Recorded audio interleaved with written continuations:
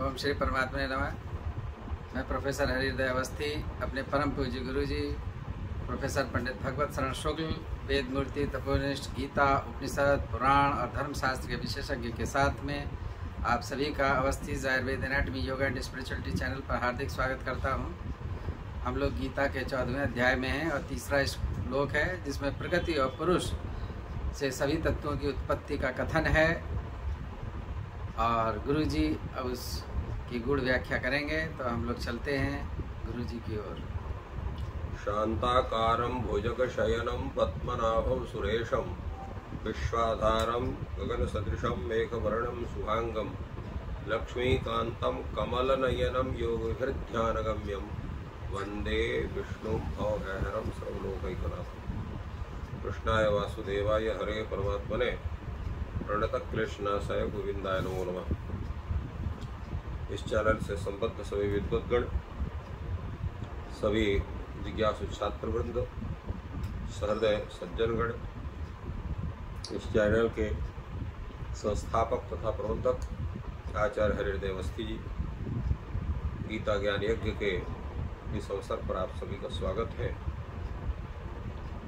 संप्रति गीता के 14वें अध्याय पर हम लोग चर्चा कर रहे हैं और आज जिस विषय पर हमें सबको चर्चा करनी है वह है इसका तीसरा श्लोक, जो इस प्रकार है।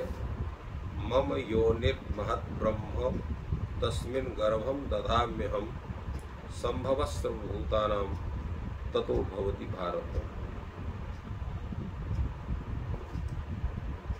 तो मम योनिः महत् ब्रह्म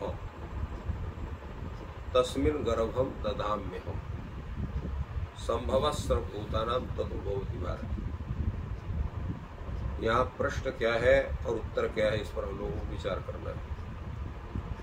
प्रश्न यह है कि संपूर्ण सृष्टि की प्रक्रिया कैसे बनती है,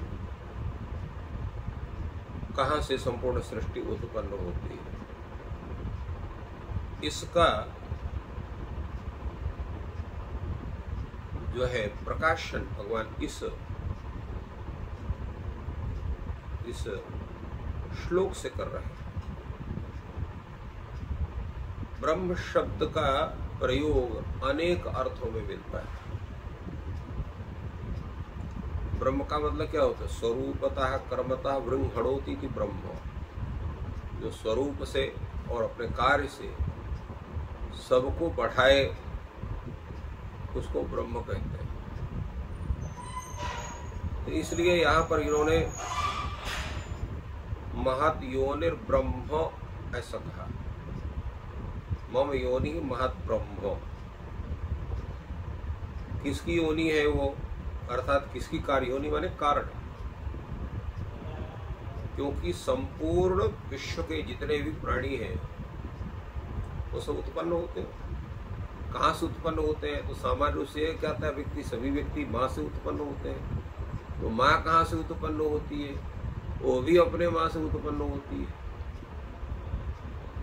तो सर्व संपूर्ण प्राणियों का ऐसा उद्गम स्थान कहा जाए, संपूर्ण प्राणी निकलते हैं और इसके बाद संपूर्ण सृष्टि की प्रक्रिया चलती है। भगवान कहते हैं मम योनि महद् ब्रह्म, मम बृहत् ब्रह्म योनि सर्वभूतानां ततः संभवः भवति। संभव होता है। अब प्रश्न ये होता, भगवान कहते हैं तस्मिन् गर्भं दधाम्यहं, उसमें मैं गर्भ धारण कराता हूँ उसको। तस्मिन् गर्भं दधाम्यहं, मैं उसके उस योनि में गर्भ को धारण कराता हूँ। अर्थात जो है बीज का प्रक्षेप करने से ही गर्भ होता है। तो बीज का प्रक्षेप करता हूँ। ये बीज क्या है? हम किसको बीज कहेंगे? कि जिस बीज का प्रक्षेप भगवान उस महत् योनि में करते हैं, तो उसका बड़ा विचार है। तस्मिन् गर्भं दधाम्यहं के विषय में क्या इसका विचार होगा, क्या ये तात्पर्य इसका है? जिसमें वो गर्भ का धारण करते हैं, वस्तुतः गर्भ धारण का मतलब क्या होता है? कर्मानुगो गच्छति जीवलोकः।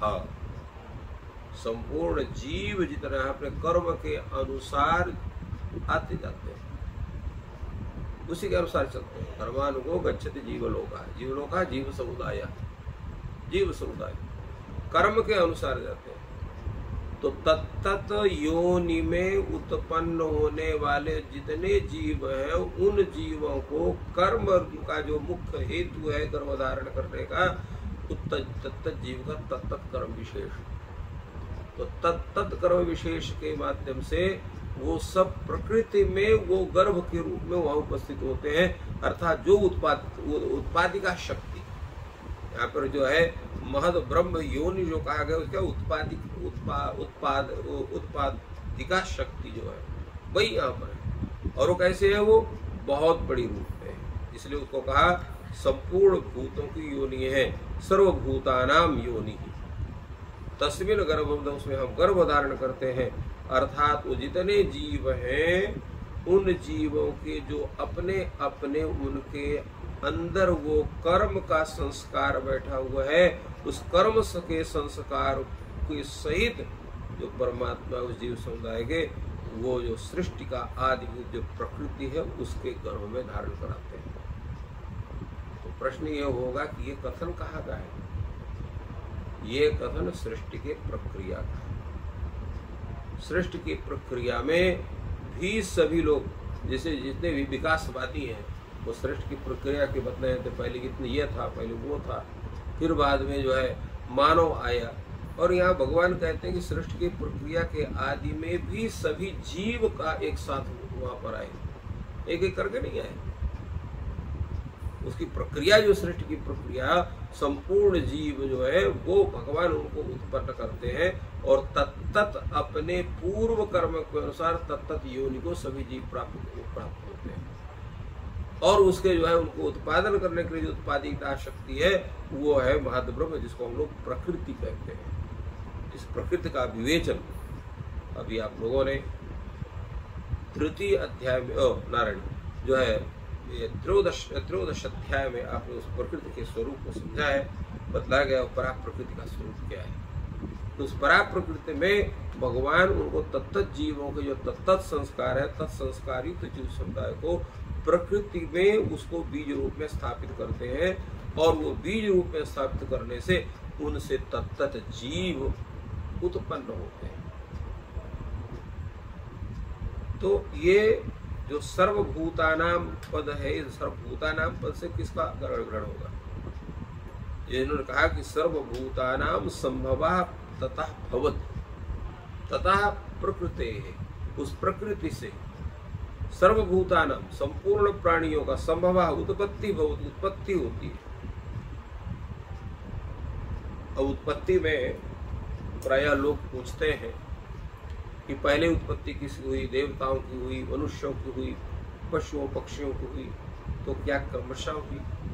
और फिर पशु पक्षी किस आधार पर बने? खाली सब कोई मानव ही क्यों नहीं बन गए? कीट पतंग कैसे हुए? क्योंकि उनका जन्म तो अभी इस सृष्टि में हो रहा है, उनका तो कर्म का बंधन है नहीं, तो कैसे तत्त योनि में सब प्राप्त हुए? ये ऐसा प्रश्न कर सकते हैं लोग, या करते भी। हमने कहा था एक दिन के व्याख्यान में, संपूर्ण सृष्टि अनादि प्रक्रिया से चल रही है। जब आदि सृष्टि का ही पता नहीं है कि कब आदि सृष्टि हुई, क्योंकि ये विश्व का जो क्रम है, जिसके विषय में पहली चर्चा हुई थी कि ये संपूर्ण जो ब्रह्मांड है, उस ब्रह्मांड का जो ये स्वरूप है, जिसकी व्याख्या हम लोगों ने किया था कि एक ब्रह्मांड के अंदर 14 भुवन और 3 लोक रहते हैं। उसमें एक ब्रह्मा भी होता है, एक विष्णु भी होता है, एक शिव भी होता है, एक इंद्र भी होता है, और सप्तर्षि भी होते हैं। तत्त गणाधिपति जो है वो भी सब होते हैं उस ब्रह्मांड के अंदर। और ये जो है पूरा क्रम चलता है, उनकी सबकी एक प्रक्रिया है, और वो 30 कल्प है। 30 कल्प वो जब व्यतीत होते हैं तो ब्रह्मा का 1 महीना व्यतीत होता है। 30 कल्प में एक कल्प का जो विस्तार है कितना बड़ा है? एक कल्प का विस्तार है संपूर्ण चारों युग जब 1000 बार व्यतीत हो जाते हैं तब एक कल्प पूरा होता है। जिस संप्रति जो है श्वेत वाराह कल्प चल रहा है और श्वेत वाराह का ये 28वां कलयुग है और ब्रह्मा भी 100 वर्ष का उसका जीवन होता है। इसलिए हमारे यहाँ कहते हैं द्विपरार्ध जीविनो ब्रह्मा। ब्रह्मा जो है 2 परार्ध, परार्ध संख्या सबसे अंतिम संख्या मानी जाती है जो गणना करने वाले हैं लोग, तो 2 परार्ध का जीव है जिसमें ब्रह्मा का 50 वर्ष व्यतीत हो चुका है और अगला 50 वर्ष चालू है। हम लोग रोज संकल्प लेते द्विपरार्ध जीविनो ब्रह्मण द्वितीय परार्धे श्री श्वेत वाराह कल्पे वैवस्वत मन्वंतरे 28वें कलयुगे कलि प्रथम चरणे जम्बूद्वीपे भारतवर्षे, ऐसा संकल्प में बोला जाता है। पूरा एक पूरी प्रक्रिया एक बना के बोली जाती है कि जिससे आपको पता आज आप इस समय क्या कर रहे हैं। तो एतत् कर्म करिष्ये ये बोलते हैं। तात्पर्य क्या हुआ कि इस कल्प में भी जो एक कल्प चल रहा है 7वां कल्प, इस कल्प में भी आपके जो है वो 28वां चतुर्युग चल रहा है और 1000 वर्ष जब व्यतीत होगा तब फिर वो होगा। इसके बाद उतना बड़ा दिन होगा तो खंड प्रलय भी होता है। माने जो सृष्टि की प्रक्रिया का जो स्वरूप है सामान्य प्रक्रिया का वो 1000 वर्ष का, 1000 वर्ष का नहीं, 1000 चारों युग के व्यतीत होने पर जो इतने वर्ष होते हैं उतना का समय एक सामान्य सृष्टि प्रक्रिया का होता है। इसके बाद रात्रि में पुनः वो सृष्टि की प्रक्रिया जितने अंश की है वो ध्वस्त होती है और फिर जब 1000 वर्ष का पूरा काल समाप्त हो जाता है पुनः सृष्टि प्रक्रिया प्रारंभ होती है, वही प्रक्रिया चालू होती है। और इसके बाद जब ब्रह्मा वो 100 वर्ष का पूरा हो जाता है तो ब्रह्मा का भी जो वो शरीर है वो विलुप्त हो जाता है, क्योंकि ब्रह्मा का भी शरीर कहाँ से प्राप्त हुआ है? विष्णु से प्राप्त हुआ है। तो विष्णु के शरीर में वो लीन हो जाता है। तो ब्रह्मा का भी अस्तित्व नहीं, केवल परमात्मा का, ब्रह्म का जिसको कहते हैं, केवल ये जो है केवल ब्रह्म शेष रहता है और संपूर्ण सृष्टि भी है उसको, फिर वो संपूर्ण सृष्टि भी शून्य में चली जाती है और संपूर्ण जितने जीव हो वो कहा जाते हैं तो उस परमात्मा परमात्मा के उदर में सब रहते हैं। तो सृष्टि प्रक्रिया पुनः जब प्रारंभ होती है तो तत्त कर्म के अनुसार पुनः वो जीव तत्त कर्म में प्रवृत्त होते हैं। किंतु जो जीव मुक्त हो गया है उसका न तो फिर जन्म होता है और न तो मरण होता है। जैसा कि पूर्व श्लोक में भगवान ने कहा है कि सर्गे नोपि जायन्ते प्रलयेन व्यथन्ति च इदम ज्ञान उपाश्रित्य सधर्मगता सर्गे नोपि जायन्ते प्रलयेन व्यथन्ति च। जो इस योग को ब्रह्म योग को प्राप्त कर लेते हैं, मुक्त हो जाते हैं, उनका जो है प्रलय काल में क्षय भी नहीं होता है और सृष्टि के आदि का जन्म भी नहीं होता है। पूर्ण रूप से मुक्त होकर के परमात्मा के नित्य कैंकर्य को प्राप्त करते हैं, ऐसा हमारा शास्त्र कहते हैं। तो ये जो संपूर्ण जड़ चेतन जो ये संपूर्ण संसार है ये उस महत प्रकृति से ही होता है। उस प्रकृति को भी प्रेरणा देने के लिए बीज रूप में सभी जीवों को स्थापित करने वाले तत्त स्वरूप में जीवों को तत्त योनि विशेष उत्पन्न करने के लिए भगवान श्रीमन नारायण वही प्रेरणा देते हैं। तब ये संपूर्ण प्राणियों की उत्पत्ति होती है, तब ये जो विचित्र रूप संसार है वो हमको देखने को मिलता है। और उसके साथ साथ उनकी जो प्रबल माया है वो प्रबल माया का एक ऐसा प्रभाव सबके अंदर हो जाता है कि प्रत्येक जीव को अपने शरीर से अत्यधिक आश्रय हो जाता है। एक कीट भी है तो उसको अगर आप छेड़ेंगे तो वो भी अपनी जान बचा के भागता है। मनुष्य को पता चल जाए कि इसके द्वारा खतरा है तो उससे डर के दूर रहता है। पशु को भी देखिए, आप लाठी लेकर रहे, पशु आपके पास नहीं आता है। और जो हिंसक पशु है उसके सामने जाएंगे तो वो आपके ऊपर आक्रमण करने के प्रयास करेगा। तो ये संपूर्ण प्रक्रिया तत्त जो है योनि विशेष की जो उसके गुण है, जो उसके धर्म है और अपने अपने शरीर के प्रति स्नेह है, ये भी उस माया का ही स्वरूप है। इसलिए भगवान ये कहते हैं कि माया में ताम तरंती थे, जिस परमात्मा का आश्रय करते हैं वो माया से तरते हैं और माया से तर करके जब ज्ञान को प्राप्त करते हैं तभी उनका मोक्ष होता है।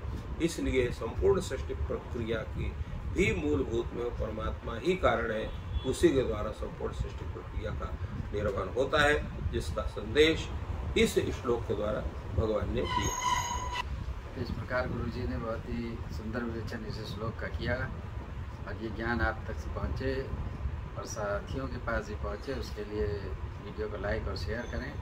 आपका दिन शुभ हो, ईश्वर आपकी सहायता करें। धन्यवाद।